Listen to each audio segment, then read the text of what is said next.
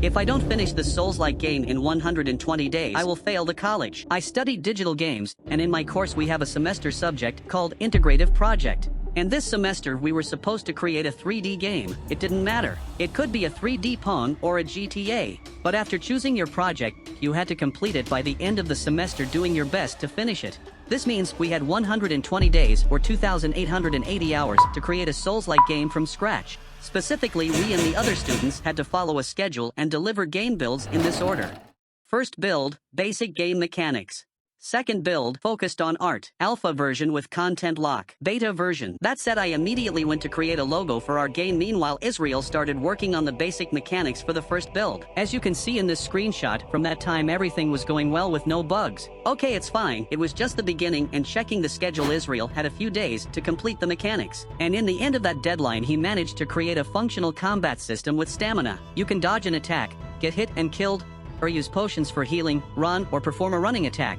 We also have a strong attack and the lock-on system working, and last but not least, our version of the bonfire, which is actually a bench, a small reference to Hollow Knight. But in this build, there was still a serious problem with the NPCs being dumb. They miss all hits if you kept spinning around them. They also had a blind spot, but that had to be left pending to be resolved in the next build within that schedule. But don't be mistaken, I didn't go on vacation while Israel suffered from sleep deprivation to finish these things. After all, the 35 days I mentioned may seem like a lot, but they aren't. We also had the normal subjects of the course to do in the meantime. In my case, I had committed to creating the 3D models for the game.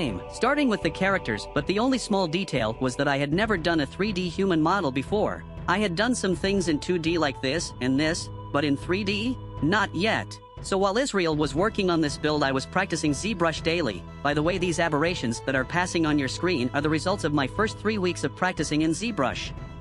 I even had a few more weird things saved, but I lost them at some point. Anyway, in the end, after almost 30 days, I managed to create this character already with retopology and everything. And remembering the deadlines, I finished the player model a little before the first delivery, but there wasn't enough time to put it in the build. So for the second delivery, whose requirement was to be a build focused on art, I wanted to finish an enemy NPC model, a boss, and the entire interface. But in the end, there wasn't enough time to finish the boss for the second delivery. So we only delivered the armless zombie, the player, and the vast majority of the functioning interface. Also in this second delivery, Israel had already improved the NPC's AI and solved that blind spot from before.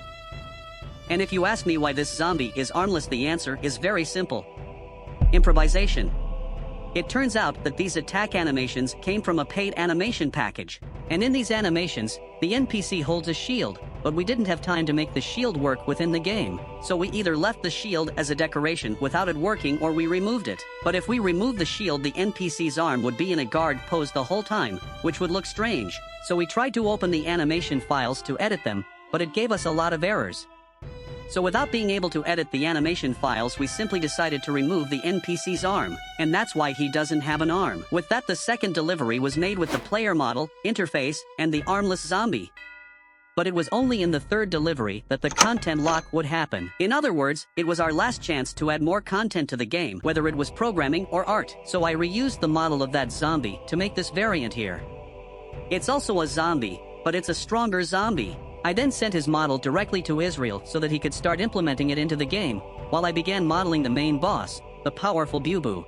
After finished, I talked to Israel again to send the character to him. That's when I found out that he got carried away and turned that elite zombie into a boss. And I had already made a blockage for the level design of the game, so it wasn't planned to have a second boss arena. But okay, we'll have 2 bosses then. The professor won't mind. I just had to take the level design that I had planned and improvise an open space for the player to have room to fight the boss. Anyway, with that, the third delivery ended up like this. There was the unplanned boss here, and the level design was terribly rushed. Otherwise, the entire level design would not be in the content lock. So by the next stage of the schedule, we could finish the scenery art and include Bubu, who already had a ready 3D model. So from the third to the fourth delivery, everything that was done was basically finalizing the level design art. It was at this point that Vitor, who was with us in the group at that time, helped me model several assets for the map.